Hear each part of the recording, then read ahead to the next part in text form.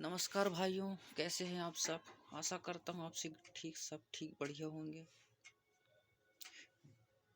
भाइयों, पिछले वीडियो में मैंने जिनिक्रा पुस्तक से बनाया था मार्कंड ऋषि की कथा, है ना। और पिछली वीडियो में बनाया था, आज भाई को फुर्सत है, आज मैं उसके आगे का पार्ट बनाने जा रहा हूँ भाइयों, कि भक्ति ना करने से क्या नुकसान होता है। ये मैं जो हूँ संत रामपाल जी द्वारा लिखित पुस्तक जिनिक्रा पुस्तक से जो है जानकारी देने जा रहा हूँ, जो कि संत जी ने लिखा है। आइए उनके पुस्तक जिनिक्रा पुस्तक में देखते हैं भक्ति न करने से क्या हानि होता है।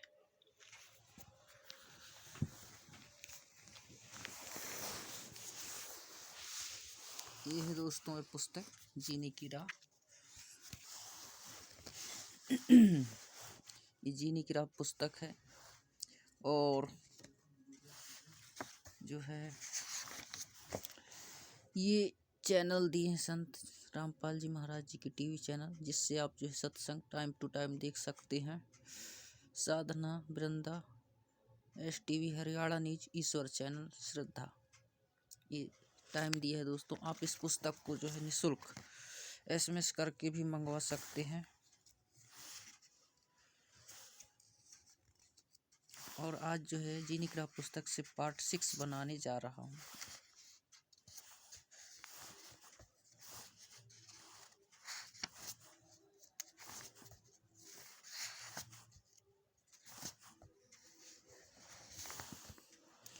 ये दोस्तों बताया था दुख भक्ति न करने से हानि होता है, इसने दिया है भक्ति न करने से बहुत दुख होगा।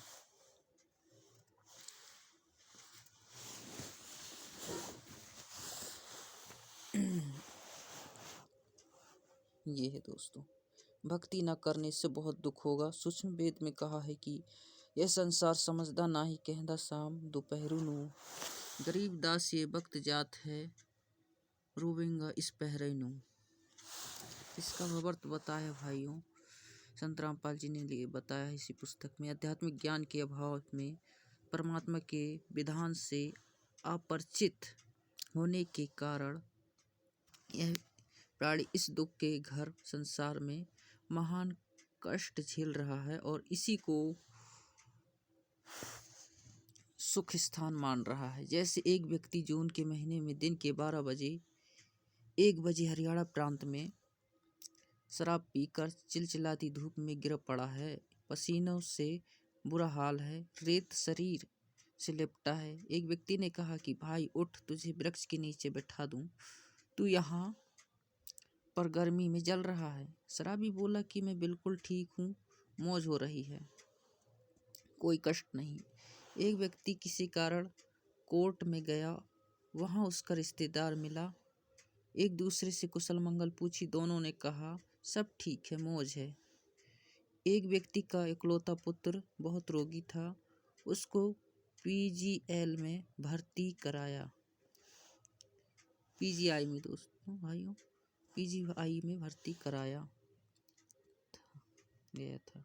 लड़की की बचने की आशा बहुत कम थी। ऐसी स्थिति में माता पिता की जो है पूछा कि बच्चे का क्या हाल है। पिता ने बताया कि बचने का भरोसा नहीं है। फिर पूछा और कुशल मंगल है। पिता ने कहा कि सब मौज है। विचार करें, शराब के नशे में घोर धूप के तप को झेल रहा था, फिर भी कह रहा था कि मौज हो रही है।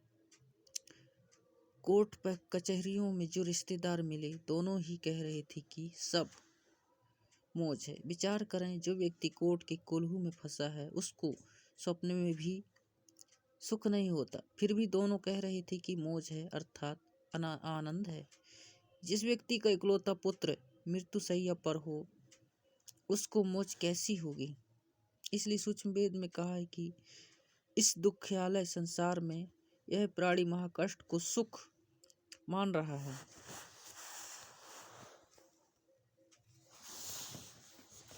अच्छे से नहीं दिख रहा है भाइयों, अच्छे से दिखाने का प्रयास करता हूँ। इसमें आगे लिखा है, यह संसार समझदा नाही कहदा शाम दोपहरू नू, गरीबदास यह वक्त जात है रोवेगा इस पहरू रू। यहाँ संत गरीबदास जी ने बताया है कि मनुष्य जन्म प्राप्त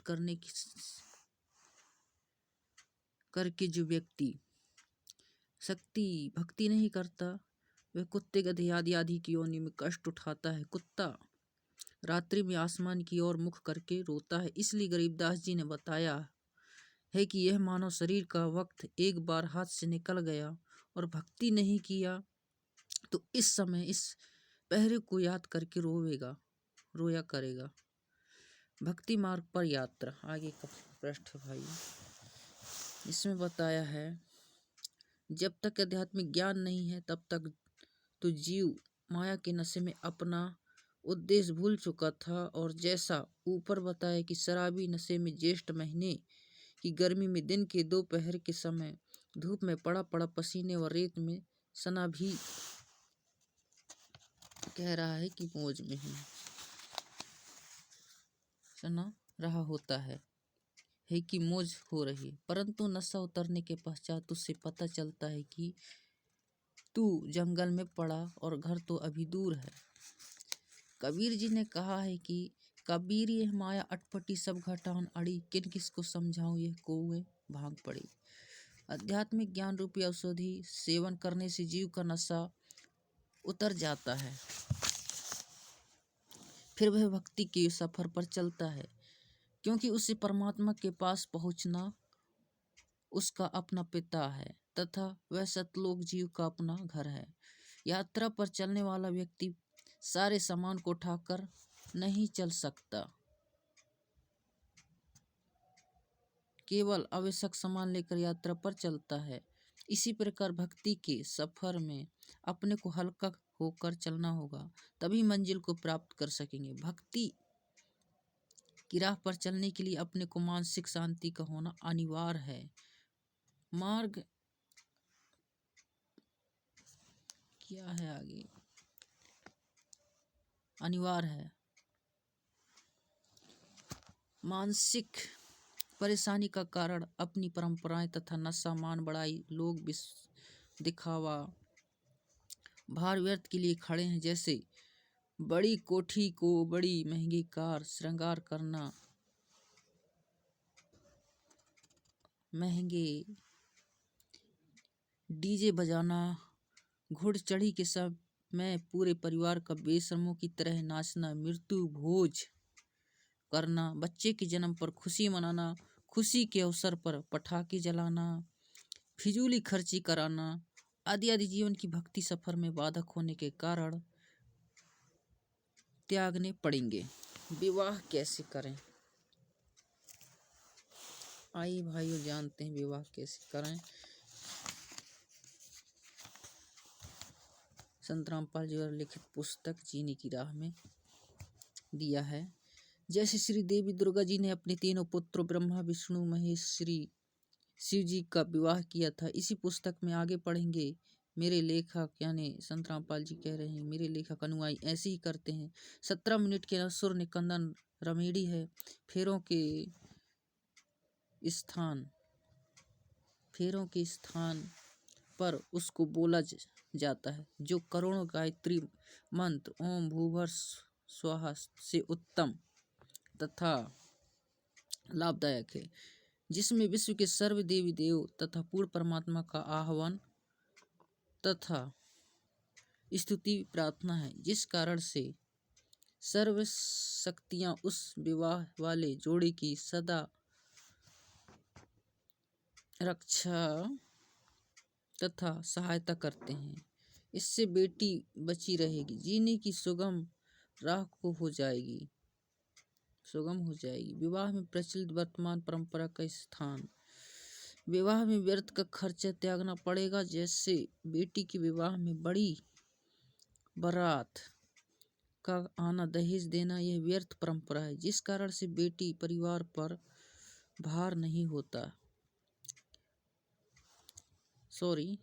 व्यर्थ परंपरा जिस कारण से बेटी परिवार पर भार मानी जाने लगी है और उसको गर्भ में ही मारने का सिलसिला शुरू है, जो माता पिता के लिए महापाप का कारण बनता है। बेटी देवी का स्वरूप है, हमारी कुपरंपराओं ने बेटी को दुश्मन बना दिया। श्री देवी पुराण के तीसरे स्कंद में प्रमाण है कि इस ब्रह्मांड के प्रारंभ में तीनों देवताओं श्री ब्रह्मा, श्री विष्णु, श्री शिव जी की इस ब्रह्मांड की परंपरा प्रारंभ में तीनों देवताओं श्री ब्रह्मा, श्री विष्णु जी तथा श्री शिव जी का जब इनकी माता श्री दुर्गा जी ने विवाह किया, उस समय ना कोई बाराती था, ना कोई भोजन भंडारा किया गया था, ना ही डीजे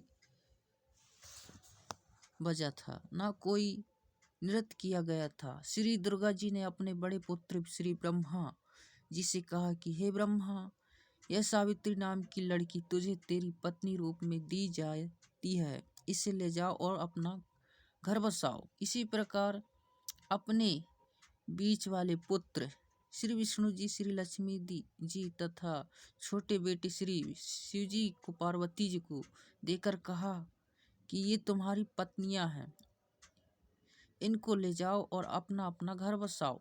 तीनों अपनी अपनी पत्नियों को लेकर अपने अपने लोक में चले गए, जिससे विश्व का विस्तार हुआ। शंका समाधान। कुछ व्यक्ति कहते हैं कि पार्वती जी की मृत्यु हो गई थी।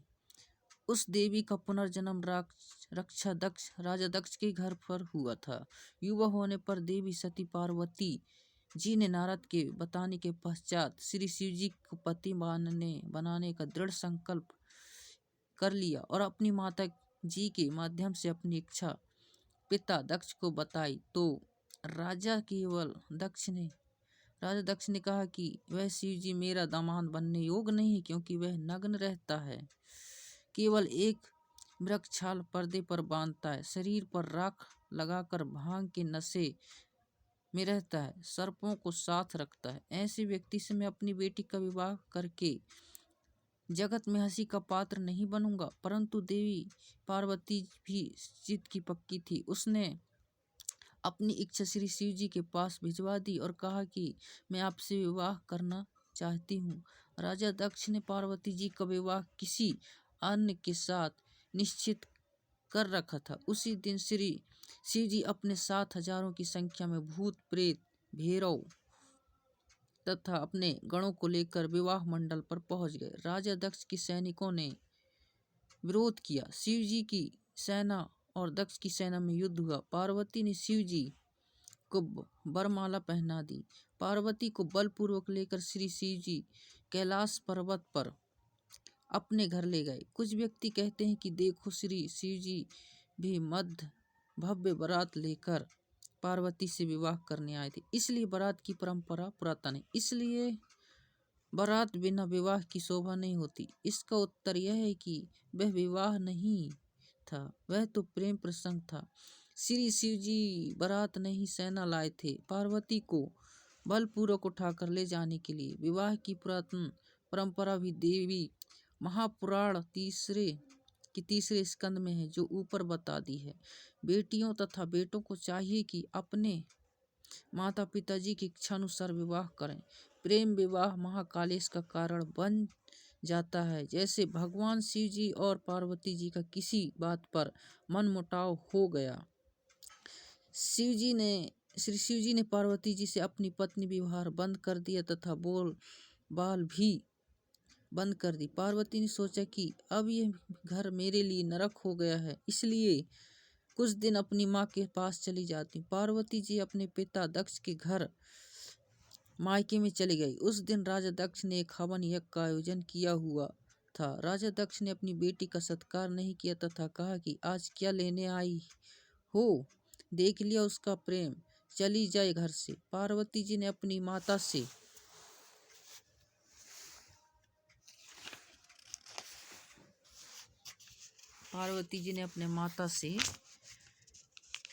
श्री शिव जी के नाराज होने की कथा बता दी थी। माता ने अपने पति दक्ष सब बताया था। पार्वती जी को अब न मायके में स्थान था, न ससुराल में। विवाह ने ऐसी गंभीर परिस्थिति उत्पन्न कर दी कि दक्ष पुत्री को आत्महत्या अतिरिक्त कोई विकल्प नहीं दिखा और राजा दक्ष के विशाल हवन कुंड में जलकर मर गई। धार्मिक अनुष्ठान का नाश किया, अनमोल मानव जीवन खोया। पिता का नाश कराया, क्योंकि जब श्री शिवजी को पता चला तो वे अपनी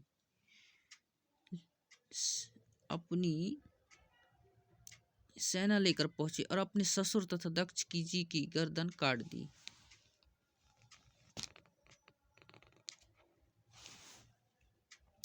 बाद में बकरी की जो है सिर लगाकर जीवित किया। उस प्रेम विवाह ने कैसा घमासान मचाया।